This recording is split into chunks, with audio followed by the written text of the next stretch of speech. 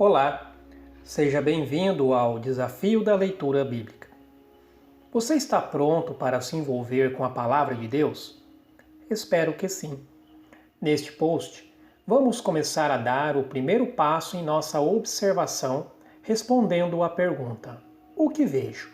Iniciaremos com um versículo. Vamos juntos estudar Atos, capítulo 1, versículo 8. Tenha sua Bíblia em mãos, um caderno e uma caneta para fazer suas anotações. Lembre-se, você precisa agir como um detetive em seu estudo da Bíblia. Vamos começar?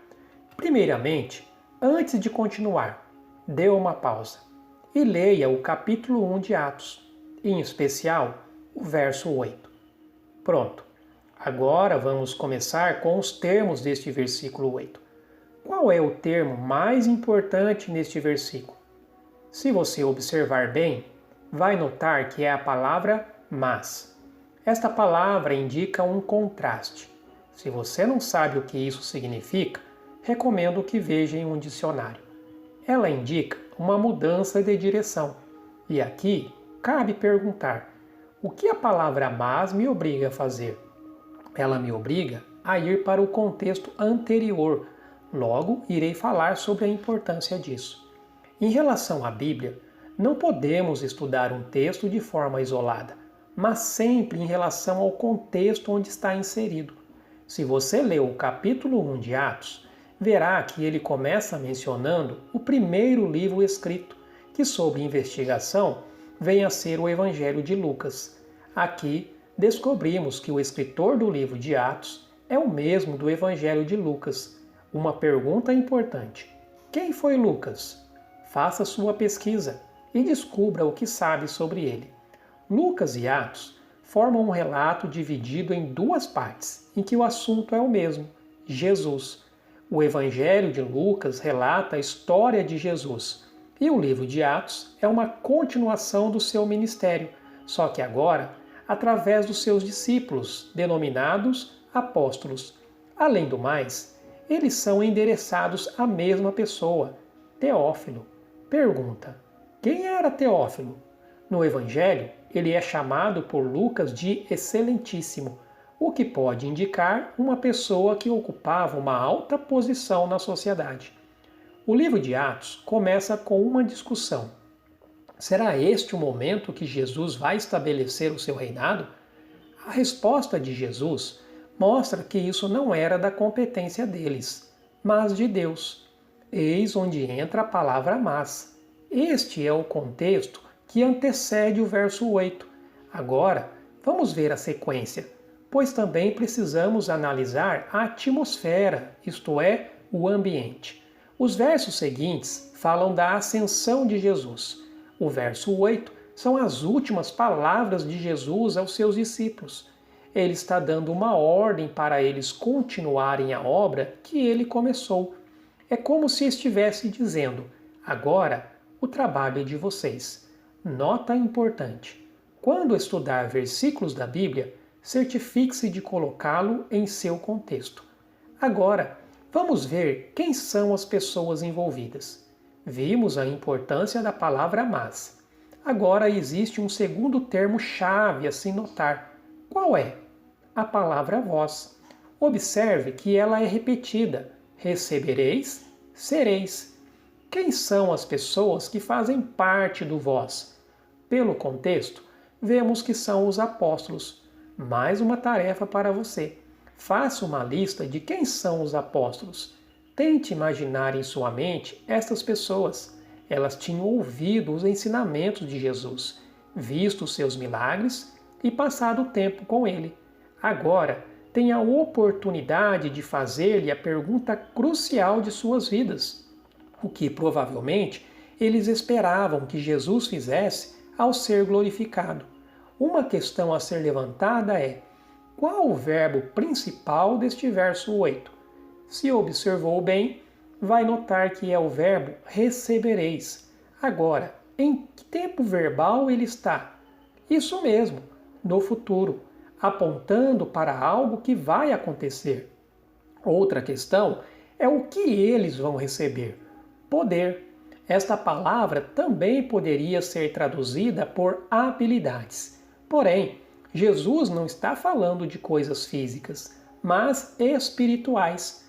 Jesus está falando sobre as habilidades que eles iriam precisar para realizar a tarefa que lhes seria designada. Atentemos agora para as relações de causa e efeito.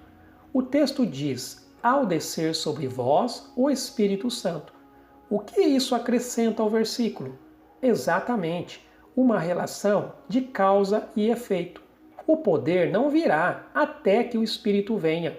Também fala sobre o tempo, pois o poder lhe será dado quando o Espírito vier sobre eles. Agora, mais uma tarefa para você. Quem é o Espírito Santo? Faça uma lista do que você sabe sobre ele. Bem, os apóstolos precisavam do Espírito? Com toda certeza. Se voltarmos aos últimos dias de Jesus antes da crucificação, veremos que eles não conseguiram permanecer firmes ao lado de Jesus. Portanto, eles precisavam de uma habilidade especial, o poder que somente o Espírito Santo pode lhes dar. Recomendo que você leia João, capítulo 7, verso 39, capítulo 14, verso 17 e 25, capítulo 15, verso 26 e 27, capítulo 16, versos 7 a 14. Perceba que Jesus disse que o poder desceria sobre eles, indicando que é algo que vem de fora. Eles não tinham este poder em si mesmos. Veja também que ao receber o poder, eles serão testemunhas. Isso indica que a causa de receber essa habilidade sobrenatural lhes daria a capacidade para serem testemunhas. Aqui aprendemos algo importante. Só pode testemunhar de Cristo quem já teve a experiência de conversão promovida pelo Espírito Santo. Agora, testemunhas de quê ou de quem?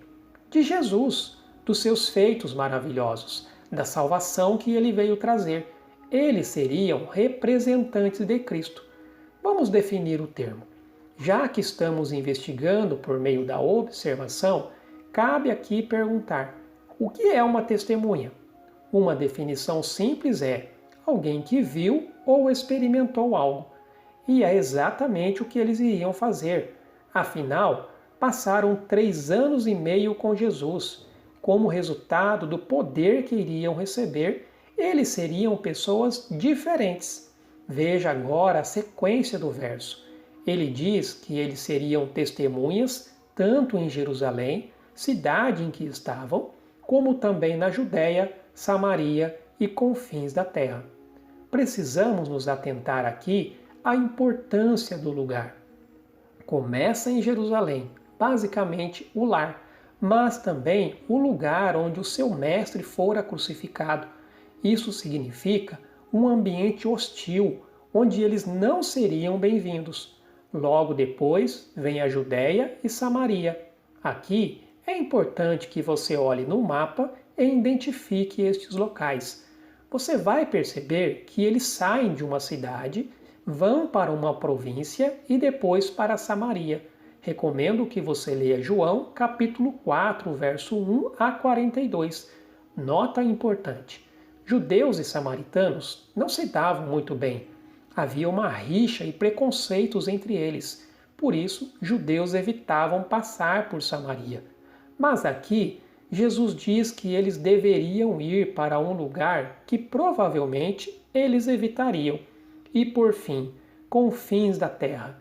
Porém, terra aqui não se refere ao planeta, mas aos lugares onde há pessoas. Por último, relacione o versículo com o livro todo. Se prosseguir na sua leitura do livro de Atos, vai observar que eles seguem este padrão do verso 8. Eles começam em Jerusalém, vão para a Judéia e Samaria, não por escolha própria, mas por causa da perseguição, e com isto em todas as terras habitadas em seus dias. Veja que até aqui, apenas observando, já descobrimos muitas coisas em apenas um versículo. Se está espantado com isso, imagine o que poderá fazer se continuar se esforçando em ler, estudar e meditar na palavra de Deus.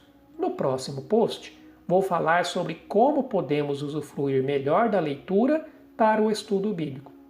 Aproveite e acesse este material por escrito no link da descrição e também experimente fazer a tarefa que está no link da descrição e veja o que você consegue observar com as dicas e ferramentas que você aprendeu aqui.